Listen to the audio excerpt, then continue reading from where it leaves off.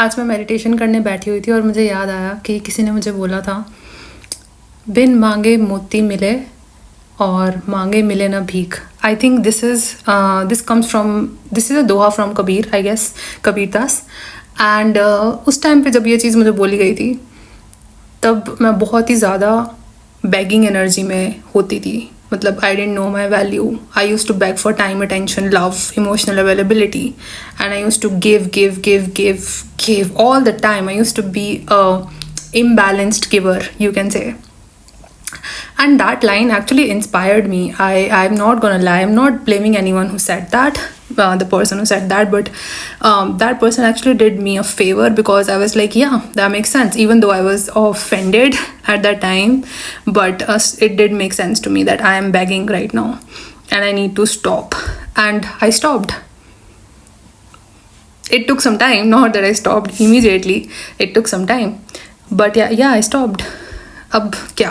I don't ask for anything anymore from anybody, literally anybody in my life. So obviously not immediately, but धीरे करके I started working on my expectations. मैंने मेरे अंदर जितनी भी expectations थी मैंने सब जला दी, and I stopped asking for anything.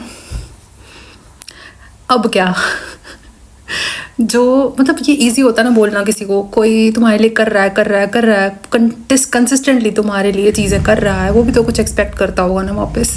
तो मैं उस वाले वर्जन को, जो मेरा वो वाला वर्जन था, उसके लिए थोड़ी थोड़ी मुझे दया भी आती कि बेचारी कर रही थी चीज़ें, सह रही थी, टॉलरेट कर रही थी, बट बहुत कुछ कर भी रही थी वो.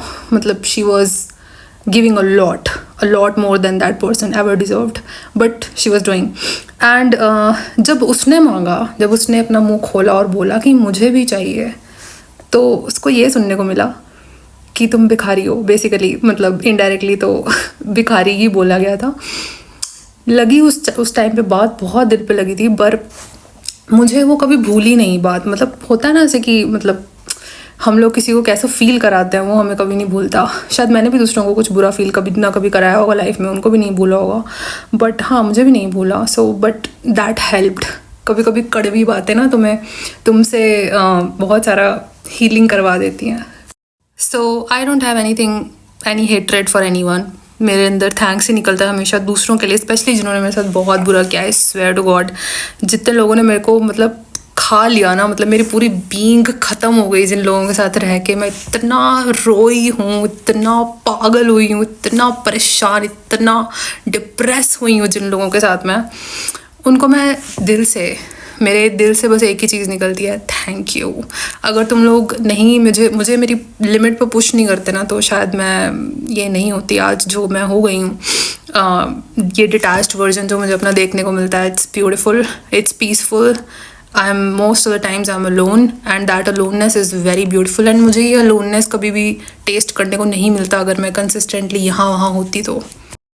So my butterflies, all I want to tell you is कि जो चीज़ पूरी लगे ना, दिल ख़त्म हो जाए ना जो बात सुन के, उसे भी अपनी इंस्पिरेशन बना लेना. यही तुम्हारी पावर है. शायद हमको कभी पता नहीं होता, but this is the power. मुझे तो लगता है कि मेरी तो पावर है. जितनी चीज़ें मेरी लाइफ में डार्कनेस से मैं जितना निकली हूँ, जितनी चीज़ें मेरी इतनी बुरी हुई हैं लाइफ में, मैंने उन सब को यूज़ कर लिया, उन सब की अपॉर्चुनिटी बना ली, उन सब की बोट बना के तैर के दूसरी साइड चली गई.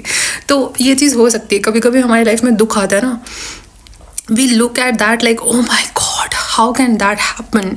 बट उस दुख का तुम क्या करते हो, उस चीज़ का इफ़ेक्ट बहुत बड़ा होता है तुम्हारी लाइफ में. दुख को लेकर बैठ के रोना is very easy.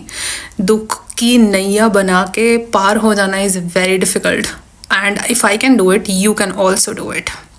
High five.